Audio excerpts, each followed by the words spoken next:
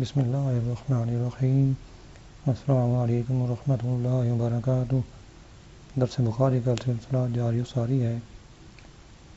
آج شروع کریں گے باب شامی جبہ میں نماز پڑھنا۔ امام حسن بصری رحمۃ اللہ علیہ نے ان کپڑوں کے بارے میں کہا جن کو مجوس بنتے ہیں کہ ایک قوم نے ان میں نماز پڑھنے میں حرج نہیں سمجھا۔ معمر نے کہا میں نے زہری کو دیکھا کہ وہ یمن کے کپڑوں سے وہ کپڑے پہنتے جو پیشاب میں رنگے جاتے تھے۔ حضرت علی رضی اللہ عنہ نے اس کپڑے میں نماز پڑھی جو ابھی دھویا نہ گیا تھا۔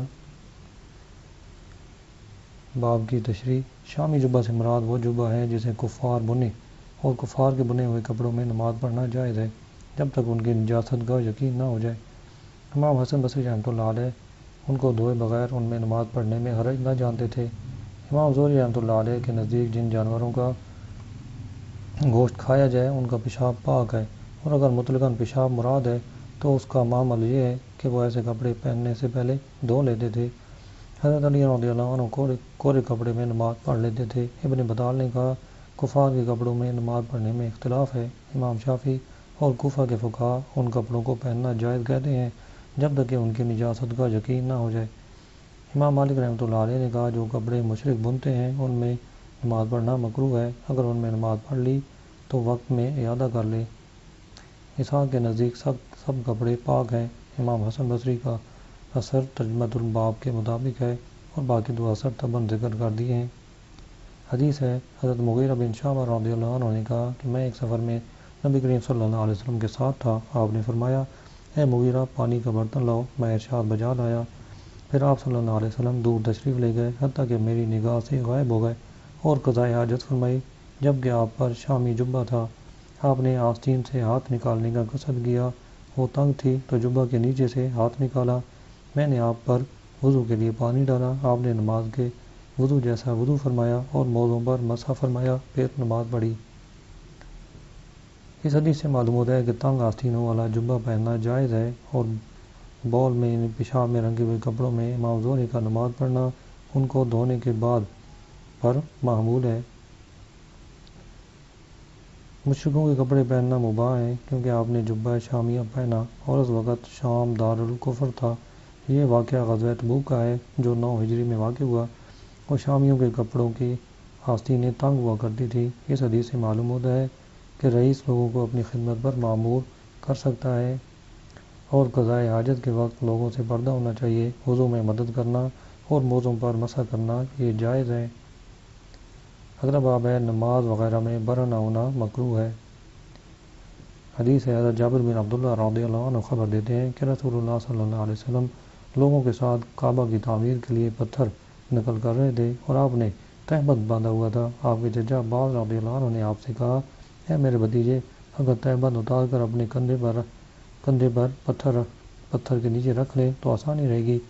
حضرت جابر رضی اللہ عنہ نے کہا آپ نے تہبند اپنے کندھوں پر رکھ لیا اور بے ہوش ہو کر گر پڑے، اس کے بعد آپ کو کبھی برہنہ نہیں دیکھا گیا۔ حدیث کی تشریح۔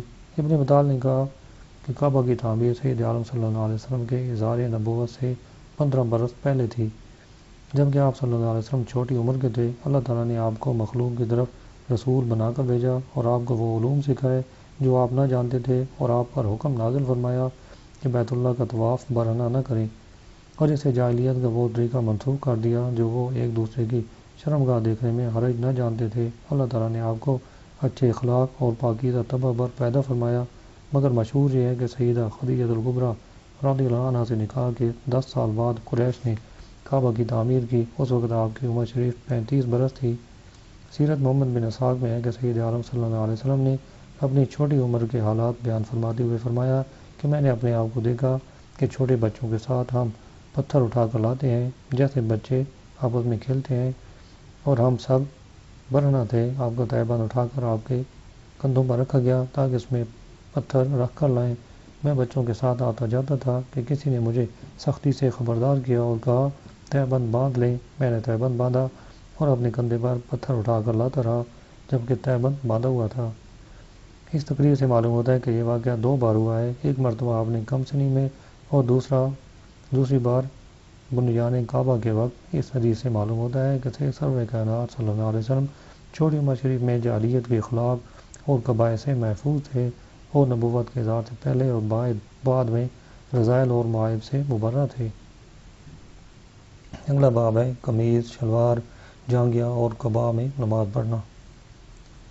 حدیث حضرت ابو ہریرہ رضی اللہ عنہ نے کہا کہ ایک شخص نبی کریم صلی اللہ علیہ وسلم کی خدمت میں حاضر ہوا اور ایک کپڑے میں نماز پڑھنے سے متعلق پوچھا تو آپ نے فرمایا کیا تم سب دو دو کپڑے پہن پاتے ہو؟ پھر ایک شخص نے عمر فاروق رضی اللہ عنہ سے سوال کیا تو انہوں نے کہا جب اللہ تعالیٰ نے وسعت دے تم بھی وسعت کرو۔ انسان اپنے کپڑے جمع کرے، کوئی شخص تہبند اور چادر میں نماز پڑھے، کوئی تہبند اور قمیض میں، کوئی تہبند اور قبا میں، کوئی شلوار اور چادر میں، کوئی شلوار اور قمیض میں، کوئی شلوار اور کوٹ میں، کوئی جانگیا اور کوٹ میں، اور کوئی جانگیا اور قمیض میں نماز پڑھے۔ ابو ہریرہ رضی اللہ عنہ نے کہا میرا گمان ہے کہ عمر فاروق رضی اللہ عنہ نے جانگیا اور چادر میں نماز پڑھنے کے لیے فرمایا۔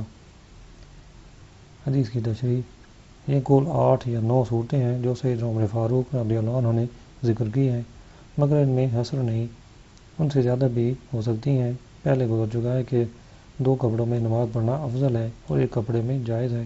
جب جانگیا اور قمیض یا کوٹ میں نماز پڑھے تو قمیض اور کوٹ اتنا لمبا ہو کہ ستر عورت ہو جائے، اسی طرح جانگیا کے ساتھ جب چادر ہو تو وہ اس قدر نیچے ہو کہ ستر عورت ہو جائے۔ علامہ کرمانی نے کہا ردا اور ازار میں فرق یہ ہے کہ عرف میں ردا اوپر والی چادر ہے جو انسان کے نصف اعلیٰ پر ہو، اور ازار تہبند ہے جو نصف اسفل یعنی نیچے والے حصے پر ہو۔ اگر صرف شلوار میں نماز پڑھے اور چادر وغیرہ نہ اوڑھے تو بعض حنفیہ کے نزدیک تنہا شلوار میں نماز پڑھنا مکروہ ہے، مگر صحیح یہ ہے کہ جب ستر عورت کر لے تو اس میں نماز مکروہ نہیں۔ اگلی حدیث ہے حضرت عبداللہ بن عمر رضی اللہ عنہ نے کہا کہ ایک شخص نے نبی کریم صلی اللہ علیہ وسلم سے پوچھا کہ محرم کیا پہنے؟ آپ نے فرمایا وہ نہ قمیض پہنے، نہ شلوار، نہ ٹوپی، اور نہ ایسا کپڑا جس میں زعفران یا ورس لگی ہو، اور جو شخص جوتی نہ پائے تو وہ موزے ہی پہن لے اور ان کو کاٹ ڈالے حتیٰ کہ وہ ٹخنوں سے نیچے رہ جائیں۔ اور نافع نے ابن عمر سے، انہوں نے نبی کریم صلی اللہ علیہ وسلم سے اس جیسی روایت کی ہے۔ اس حدیث سے معلوم ہوتا ہے کہ قمیض اور شلوار کے بغیر نماز جائز ہے۔ اگلا باب ہے ستر عورت۔ ابو سعید خدری رضی اللہ عنہ نے کہا کہ رسول اللہ صلی اللہ علیہ وسلم نے اشتمال سماع اور ایک کپڑے میں احتباء سے منع فرمایا جبکہ شرمگاہ پر کپڑا وغیرہ نہ ہو۔ حدیث کی تشریح، شرمگاہ کی حد میں فقہاء نے اختلاف کیا ہے۔ اہل ظاہر کہتے ہیں صرف قبل اور دبر عورت ہے، یعنی چھپانے والی جگہ ہے۔ امامان مالک اور شافعی رضی اللہ عنہم نے کہا کہ ناف سے گھٹنے تک عورت ہے۔ امام ابو حنیفہ اور احمد نے کہا گھٹنا بھی شرمگاہ میں شامل ہے۔ اشتمال سماج یہ ہے کہ کپڑا ایک کندھے پر کرے اور ایک طرف برہ نہ ہو، یعنی ننگا ہو، اس پر کپڑا وغیرہ نہ ہو۔ یہ تفسیر کتاب اللباس میں مذکور ہے۔ جوہری نے کہا اشتمال سماج یہ ہے کہ اپنے جسم کو اس طرح ڈھانپ لے جیسے دیہاتی چادروں سے جسم ڈھانپتے ہیں۔ وہ یہ کہ چادر دائیں طرف سے بائیں طرف کے ہاتھ اور کندھے پر کرے، پھر اسے پیچھے سے دائیں ہاتھ اور دائیں کندھے پر کر کے سب کو ڈھانپ لے۔ فقہاء اشتمال السماع اسے کہتے ہیں کہ ایک کپڑے میں لپٹ جائے، پھر اس کا ایک کنارہ اٹھا کر کندھے پر کرے اور اس سے شرمگاہ برہنہ ہوتی ہے۔ اہل لغت کی تفسیر پر اشتمال سماع کے ساتھ نماز مکروہ ہے، اور فقہاء کی تفسیر پر مذکور اشتمال حرام ہے جبکہ بعض شرمگاہ برہنہ ہوتی ہو ورنہ مکروہ ہے۔ احتباء یہ ہے کہ انسان اپنی سرینوں پر بیٹھ کر پنڈلیاں اٹھا لے، کھڑی کرے اور پھر گھٹنوں سمیت کپڑے یا ہاتھ سے گھٹ مارے۔ اس طرح کے بیٹھنے کو حبوہ کہا جاتا ہے۔ عرب اس طرح مجالس میں بیٹھا کرتے تھے۔ اس صورت میں اگر قدر شرمگاہ برہنہ ہو تو یہ احتباء حرام ہے۔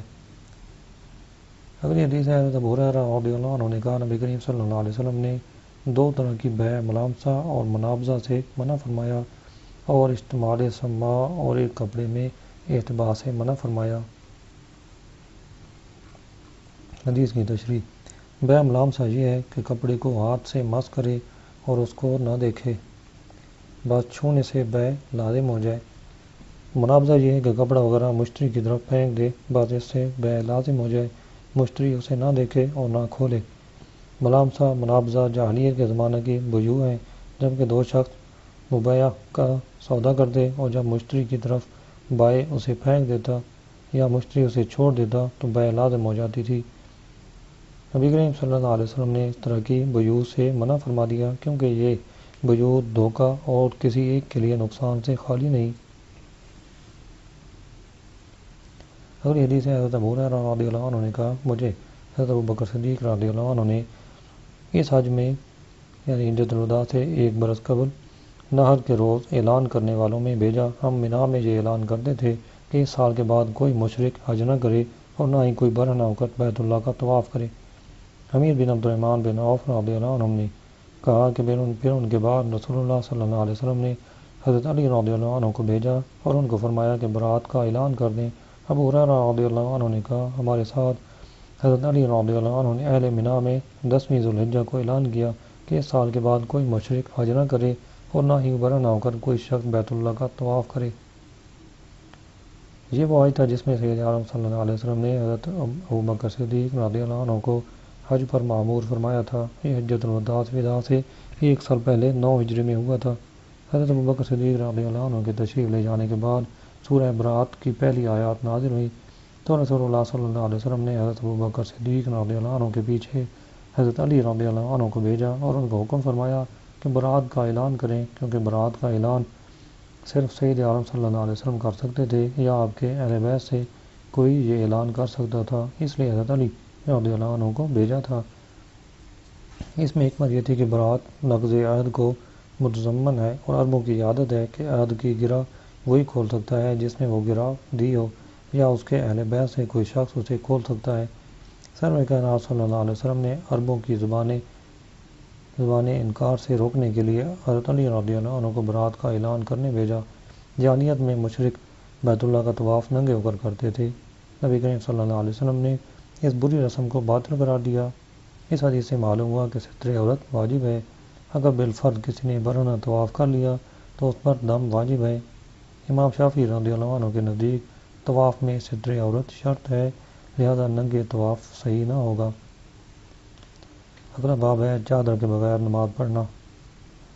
محمد بن منقدر رضی اللہ عنہ نے کہا، میں جابر بن عبداللہ رضی اللہ عنہ کے پاس گیا جبکہ وہ ایک کپڑے میں لپٹ کر نماز پڑھ رہے تھے اور ان کی چادر الگ پڑی ہوئی تھی۔ جب وہ نماز سے پھرے تو ہم نے کہا، اے ابا عبداللہ، تم نماز پڑھتے ہو اور چادر تمہاری الگ پڑی ہوئی ہے؟ جابر نے کہا، جی ہاں، میں نے چاہا تم جیسے جاہل لوگ مجھے دیکھیں۔ میں نے نبی کریم صلی اللہ علیہ وسلم کو اس طرح نماز پڑھتے دیکھا ہے۔ حدیث کی تشریح، حضرت جابر رضی اللہ عنہ نے سائل کے کلام سے ان کے اس فعل پر انکار سمجھ کر سخت غلامی کی، کیونکہ حضرت جابر رضی اللہ عنہ سنت سمجھ کر اس طرح نماز پڑھ رہے تھے جیسا کہ حدیث کے آخری الفاظ سے ظاہر ہوتا ہے۔ اس سوال جواب سے معلوم ہوا کہ ایک کپڑے میں نماز پڑھنا جائز ہے اور وہ تہبند باندھ لے، مگر دونوں کپڑوں میں نماز پڑھنا افضل ہے۔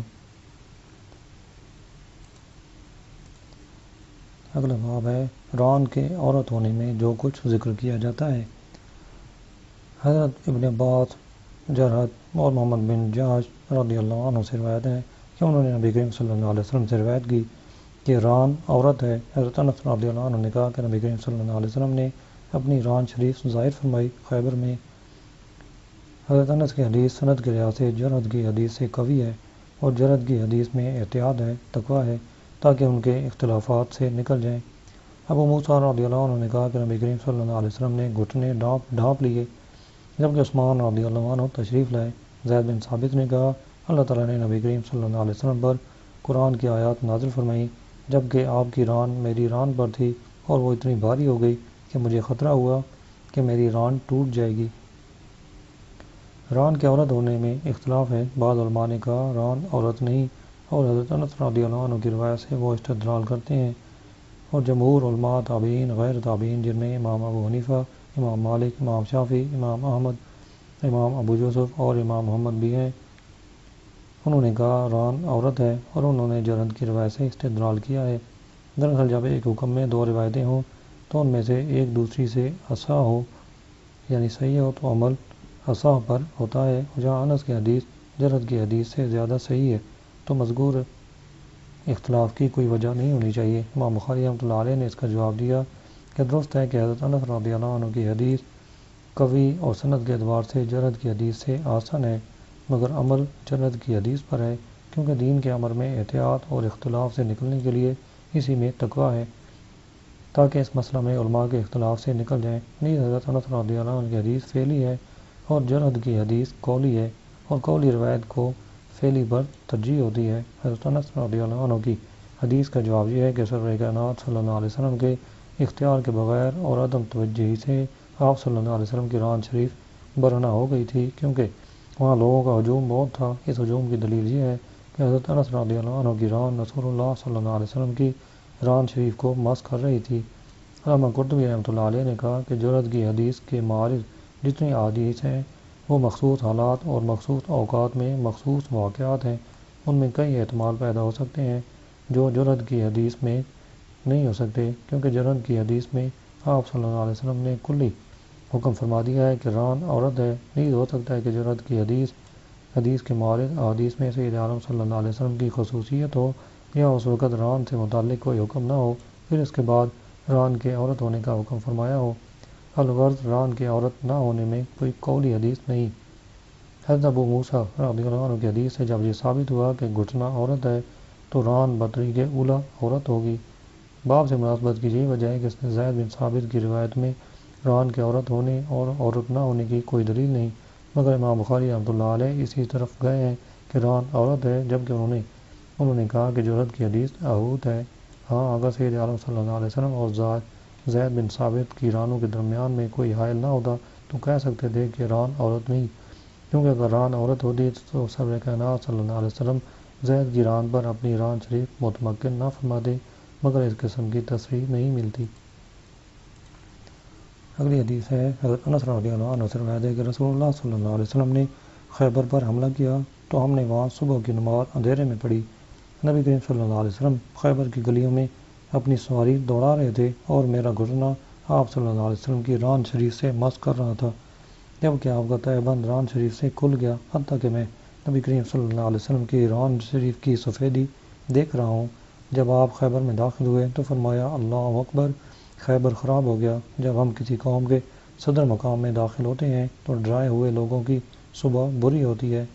یہ 3 بار فرمایا۔ حضرت انس رضی اللہ عنہ نے کہا یہودی اپنے کاروبار کے لیے باہر نکلے تو کہنے لگے یہ محمد صلی اللہ علیہ وسلم آ گئے۔ عبدالعزیز نے کہا کہ ہمارے بعض ساتھیوں نے کہا اور لشکر بھی آ گیا۔ حضرت انس نے کہا ہم نے خیبر قوت سے لڑ کر فتح کیا اور سارے قیدی اکٹھے کیے۔ حضرت دیہقل بھی آئے اور کہا یا نبی اللہ صلی اللہ علیہ وسلم مجھے قیدیوں سے کوئی لونڈی عطا فرمائیں۔ آپ نے فرمایا جاؤ ایک لونڈی لے لو۔ انہوں نے صفیہ بنت حیی کو لے لیا۔ ایک شخص نبی کریم صلی اللہ علیہ وسلم کے پاس آیا اور کہا یا نبی اللہ آپ نے دیہ کو قریظہ اور نذیر کی سردار صفیہ بنت حیی عطا فرمائی ہے، وہ تو صرف آپ کے لیے ہی موضوع ہیں۔ آپ نے فرمایا دیہ کو اس کے سمیت بلاؤ۔ جب آپ صلی اللہ علیہ وسلم نے صفیہ کو دیکھا تو فرمایا قیدیوں سے اس کے علاوہ کوئی اور لونڈی لے لو۔ حضرت انس رضی اللہ عنہ نے کہا نبی کریم صلی اللہ علیہ وسلم نے اس کو آزاد کر دیا، پھر اس سے نکاح فرمایا۔ ثابت نے حضرت انس سے کہا اس کا مہر کیا مقرر فرمایا؟ انس نے کہا اس کا نفس ہی اس کا مہر تھا، اسے آزاد کر دیا اور نکاح فرمایا، حتیٰ کہ جب راستہ ہی میں تھے کہ ام سلیم نے اسے تیار کر کے رات کو آپ صلی اللہ علیہ وسلم کے حضور اس کی رخصتی کی تو نبی کریم صلی اللہ علیہ وسلم دولہا ہو گئے۔ پھر آپ نے فرمایا جس کے پاس کوئی شے ہو وہ اسے لے آئے اور دسترخوان بچھا دیا۔ لوگ آنا شروع ہو گئے، کوئی کھجور لا رہا ہے، کوئی گھی لا رہا ہے۔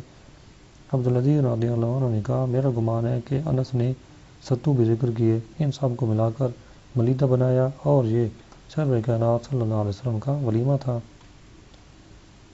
حدیث کی تشریح سرور کائنات صلی اللہ علیہ وسلم کی ران شریف سے تہہ بند ہٹ گیا اور وہ برہنہ ہو گئی، یہ ایک مخصوص واقعہ ہے اور وہ مقام ہیجان و اضطراب تھا، تو کثرت ہجوم یا گھوڑے دوڑنے کے باعث ران شریف برہنہ ہو گئی تھی، اس سے اس کے عورت نہ ہونے پر استدلال نہیں ہو سکتا۔ غزوہ خیبر 7 ہجری کو جمادی الاول میں لڑا گیا۔ سیاق حدیث سے معلوم ہوتا ہے کہ جس زقاق میں گھوڑے دوڑا رہے تھے وہ خیبر سے باہر تھا، کیونکہ آپ خیبر میں اس کے بعد داخل ہوئے تھے۔ اس حدیث شریف میں سید عالم صلی اللہ علیہ وسلم کے علم شریف پر دلالت ہے کہ آپ نے پہلے ہی فرمایا تھا خیبر خراب ہو گیا، برباد ہو گیا، یہی معنی راجح ہے۔ کیونکہ اس مقام میں آپ نے حضرت علی رضی اللہ عنہ کو جھڑک دیا تھا اور فرمایا تھا کہ کل میں ایسے شخص کو جھنڈا دوں گا جس کے ہاتھوں خیبر فتح ہوگا، چنانچہ ایسا ہی ہوا۔ لشکر کو خمیس اس لیے کہا کہ یہ مقدمہ ساکا، قلب، میمنہ اور میسرہ پر مشتمل ہوتا ہے، یعنی یہودیوں نے دیکھ کر کہا کہ محمد لشکر سمیت آ گئے صلی اللہ علیہ وسلم۔ حدیث شریف کے سیاق سے معلوم ہوتا ہے کہ خیبر عنوادن جنگ سے فتح ہوا تھا، جیسا کہ ابو عمر نے کہا۔ صحیح یہ ہے کہ خیبر سارا جنگ سے فتح ہوا تھا۔ بعض علماء نے کہا کہ بعض خیبر صلح سے اور بعض جنگ سے اور بعض اہل خیبر کو جلا وطن کرنے سے فتح ہوا۔ بعض محدثین نے اسے صحیح کہا ہے تاکہ اخبار میں تضاد نہ رہے۔ سید عالم صلی اللہ علیہ وسلم نے صفیہ دیہ قلبی کو غنیمت تقسیم کرنے سے پہلے اس لیے دی تھی کہ آپ کو اصل غنیمت سے یا خمس سے امتیاز سے پہلے یا بعد تنفیل کے طور پر لونڈی لینے کی اجازت تھی، ورنہ تقسیم سے پہلے لونڈی دینا جائز نہیں۔ صفیہ سیدنا ہارون علیہ السلام کی اولاد سے تھی۔ واقعی کی روایت کے مطابق 50 ہجری کو حضرت امیر معاویہ رضی اللہ عنہ کے عہد خلافت میں فوت ہوئی۔ پہلے وہ ابو الحقیق کی بیوی تھیں جو خیبر میں قتل ہو گیا تھا۔ سرور کائنات صلی اللہ علیہ وسلم نے دیہ کو صفیہ عطا کر کے اس لیے واپس کر لیا تھا کہ صفیہ نبوت کے خاندان سے تھی اور سردار کی بیٹی اور سردار کی بیوی تھی۔ بائیں اماں وہ خوبصورت بھی تھیں۔ ان حالات میں دیہ کے ساتھ ان کا نبھاؤ مشکل تھا، اس لیے ان سے صفیہ واپس لے کر اس کا متبادل عطا فرما دیا اور آپ صلی اللہ علیہ وسلم نے اسے آزاد کر کے نکاح فرما لیا، اور آزاد کرنا ہی اس کا حق مہر تھا۔ اور یہ سرور کائنات صلی اللہ علیہ وسلم کی خصوصیات سے ہے، کیونکہ جب اللہ تعالیٰ نے آپ کو مہر کے بغیر نکاح کرنے کی اجازت دی ہے تو آپ اعتاق پر نکاح کر سکتے ہیں جو مہر نہیں ہے، کسی اور کے لیے یہ جائز نہیں۔ اگر کوئی ایسا کرے تو اس پر مہر مثل واجب ہے۔ امام اعظم ابو حنیفہ، محمد اور امام مالک رضی اللہ عنہ کا یہی مسلک ہے۔ امام شافعی سے بھی یہ روایت ہے کہ آزاد کر کے مہر کے بغیر نکاح کرنا سید عالم صلی اللہ علیہ وسلم کی خصوصیت ہے۔ تخصیص کا مقام یہ ہے کہ آپ نے صفیہ کو مطلقاً آزاد کر کے مہر کے بغیر اس سے نکاح کر لیا۔